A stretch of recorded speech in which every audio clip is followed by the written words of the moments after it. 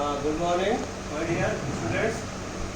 आज हम अपने लीगल वर्ड्स में वर्ड जो डिस्कस करने जा रहे हैं, पहला वर्ड है फ्रस्ट्रेशन। फ्रस्ट्रेशन आपने फर्स्ट सेमेस्टर में कॉन्ट्रैक्ट में पढ़ा होगा। फ्रस्ट्रेशन आप कॉन्ट्रैक्ट के बारे में।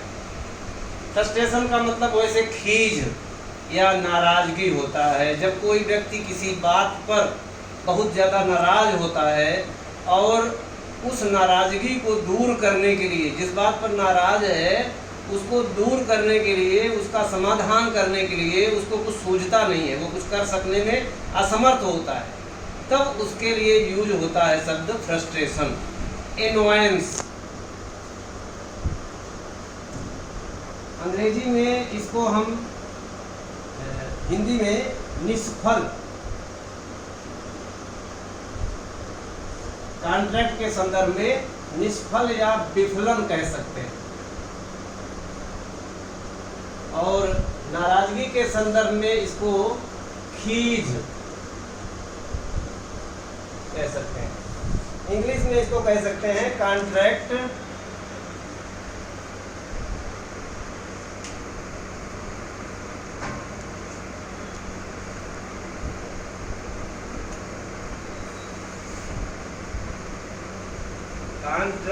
becoming meaningless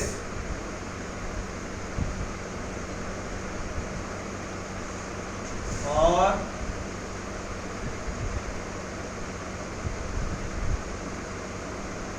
impossible for performance।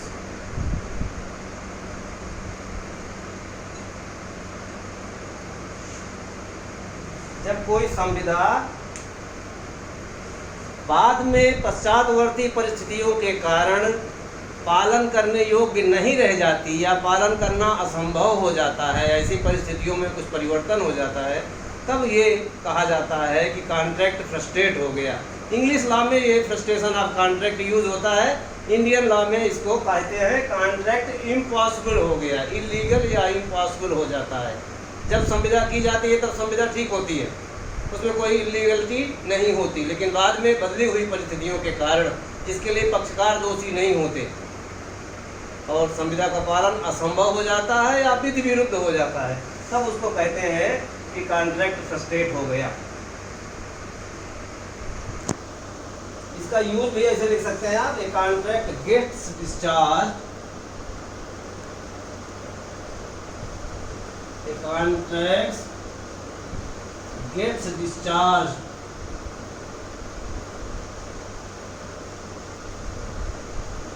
due to frustration।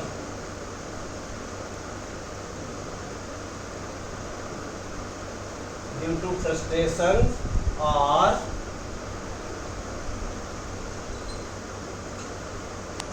becoming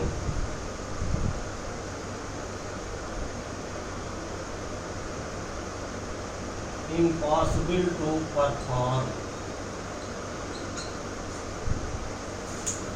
A contract gets discharged, एक कॉन्ट्रैक्ट उन्मोचित हो जाता है, अर्थात उसका पालन करना आवश्यक नहीं रहता, ड्यू टू फ्रस्ट्रेशन, फ्रस्ट्रेशन या विफलन के कारण, निष्फल हो जाने के कारण या पालन के असंभव हो जाने के कारण।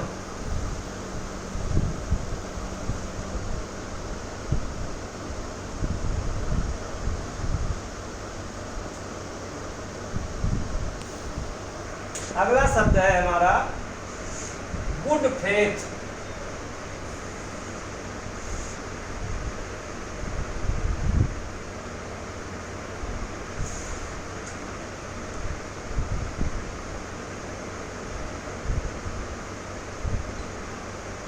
गुड फेथ, सद्भाव।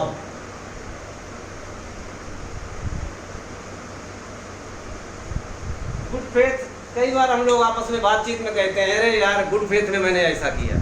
जो काम बिना किसी गलत इरादे के किया जाए, जो बात बिना किसी गलत इरादे के कही जाए, कोई भी कार्य किया जाए उसको गुड फेथ में कहा जाता है। जब हमारा कोई बैड इंटेंशन होता है उसमें, फिर वो गुड फेथ वहाँ पर नहीं रहता। तो कोई भी काम यदि गुड फेथ में किया जाता है लॉ में, तो उसको कहते हैं कि वह अपराध नहीं होता है। कोई भी कार्य भले ही वह गलत हो गया हो, परिणाम उसका गलत निकला हो, लेकिन अगर वह गुड फेथ में किया गया है तो वह अपराध नहीं होगा। अपराध होने के लिए गुड फेथ की कमी होना जरूरी है। स्टेट ऑफ माइंड, इसको अंग्रेजी में कहेंगे state of mind,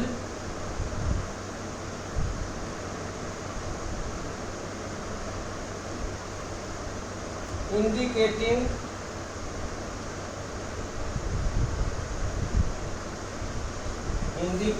honesty and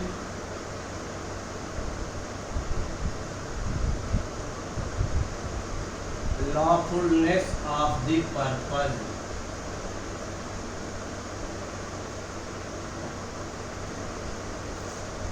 कोई काम व्यक्ति कर रहा है, जो काम कर रहा है वो किस उद्देश्य से कर रहा है।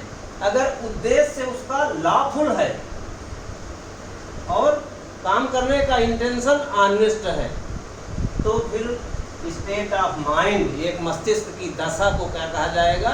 Good faith. जब व्यक्ति अपने ईमानदारी से और वैध तरीके से कोई काम करता है, उद्देश्य उसका वैध होता है, ऑनेस्ट होता है, तो ऐसी मस्तिष्क की दशा को गुड फेथ कहा जाता है। इसके लिए आप यूज कर सकते हैं कि put fourth A consensus good faith effort.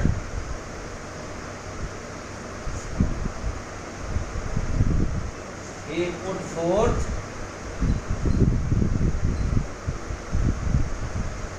conscientious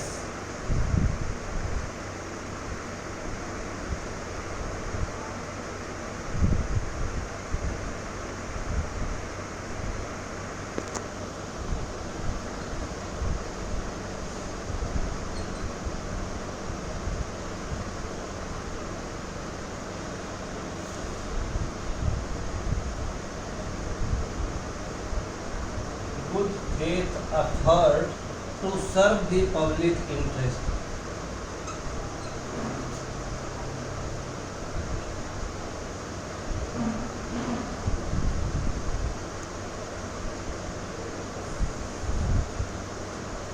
serve the public interest means लोक हित में, लोक कल्याण के लिए उसने किसी भी व्यक्ति के बारे में आप कह सकते हैं जो ईमानदारी से काम किया हो, उसको आप कह सकते हैं कंसेंशियस। कंसेंशियस मीन्स अपनी आत्मा, अपनी स्वच्छ आत्मा, अपनी पवित्र आत्मा से उसने सद्भाव पूर्वक मेहनत किया। गुड फेथ एफर्ट, अपनी मेहनत में कोई कसर नहीं छोड़ी। कई बार हम देखते हैं कि कोई व्यक्ति पूरी समाज में, पूरी समाज सेवा में अपना जीवन लगा देता है, फिर भी हो सकता है कुछ लोग उससे नाराज रहे, तो आप कह सकते हैं कि he put forth conscientious good faith effort to serve the public interest. दूसरा यूज आप कर सकते हैं, you should never harm a person.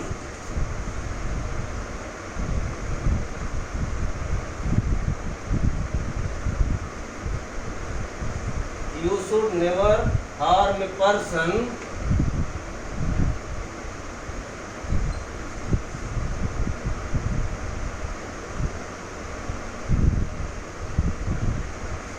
who deals with you in good faith।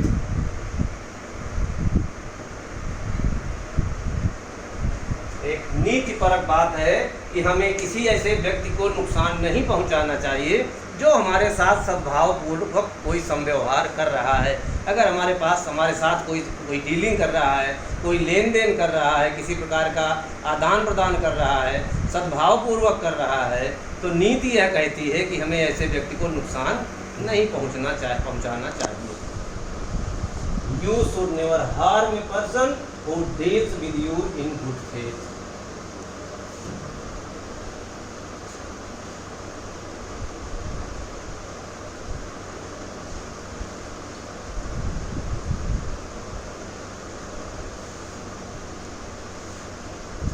अगला शब्द है हमारा guardian.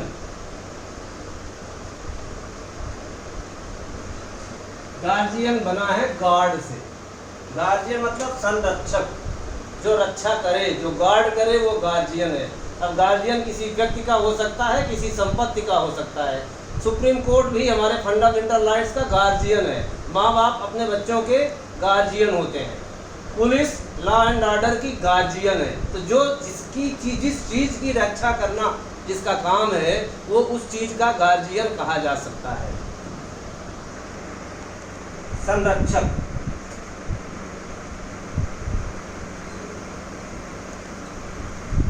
A person or institution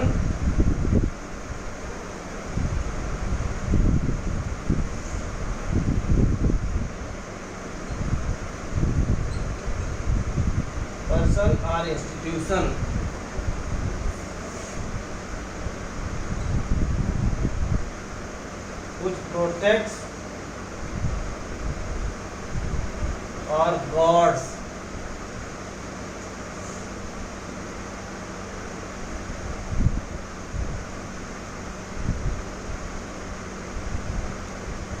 someone,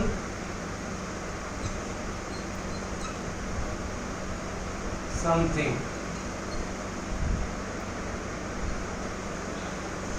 किसी व्यक्ति की या किसी चीज की जो रक्षा करे, जो सुरक्षा प्रदान करे, उसको गार्जियन कहते हैं। यूज इसका लिखेंगे, the police are the guardians, the police are the guardians of law and order. Police कानून और व्यवस्था के गार्जियन है, संरक्षक हैं। दूसरा यूज कर सकते हैं, the father of a child, the father of a child is the de facto guardian।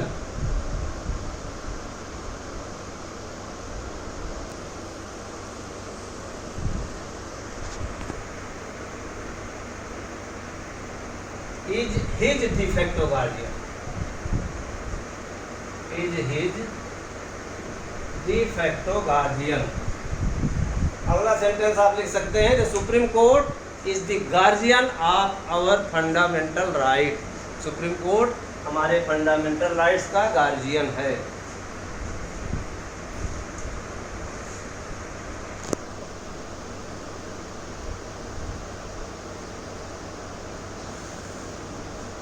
अगला वर्ड है हैबियस कॉर्पस।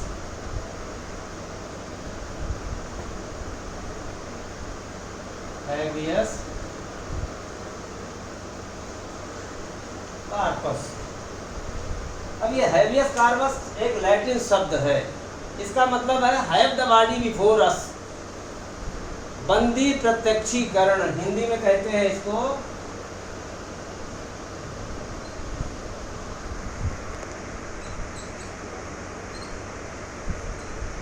बंदी प्रत्यक्षीकरण, have the body before us.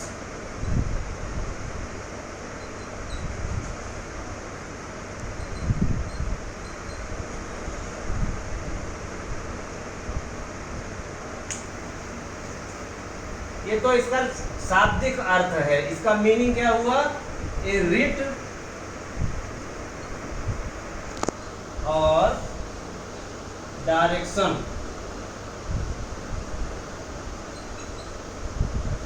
Commanding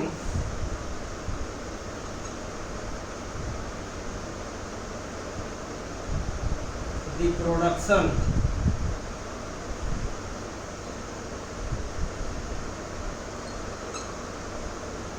of the body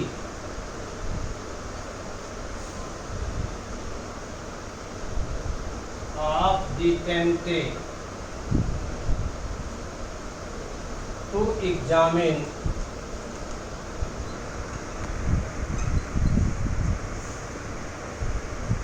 the validity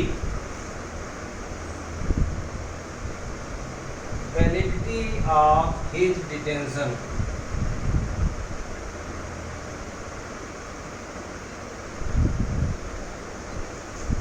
ये इसका विस्तृत मीनिंग है।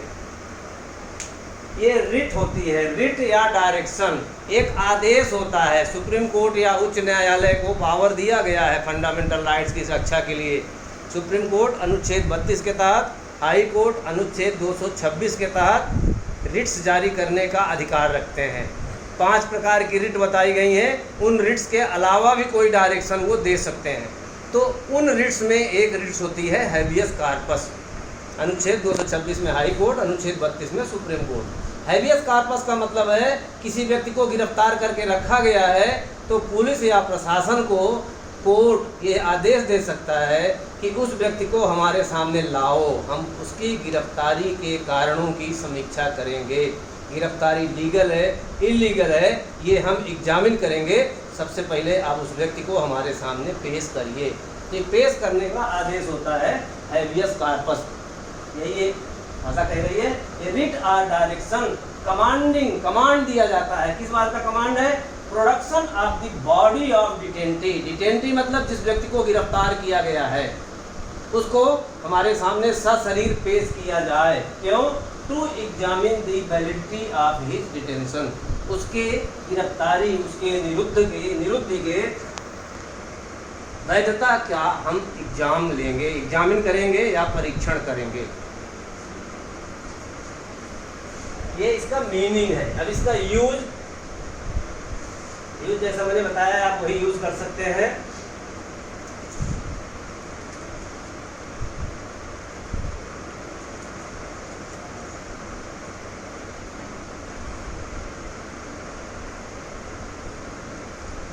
Writ of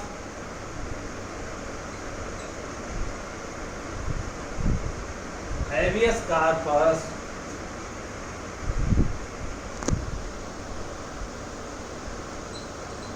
was issued by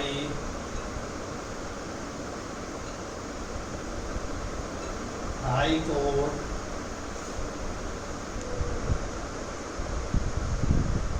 to produce the arrested person in the court। न्यायालय में गिरफ्तार व्यक्ति को पेश करने के लिए हाई कोर्ट ने हैबियस कार्पस रिट जारी की।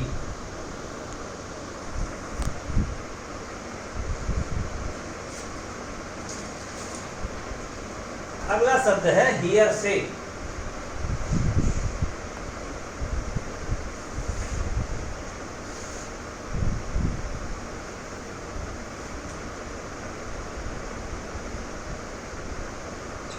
हियर से को हिंदी में कहते हैं अनुश्रुत। सुनी सुनाई बात, अनुश्रुत। ए ने बी से कहा, बी ने सी से कहा, तो ए ने बी से जो कहा है वो बी ने सी को बताया है। अब सी अगर कोई बात कहता है तो उसके लिए ये क्या है? अनुश्रुत है। हियर से, हर्ड फ्रॉम अदर्स।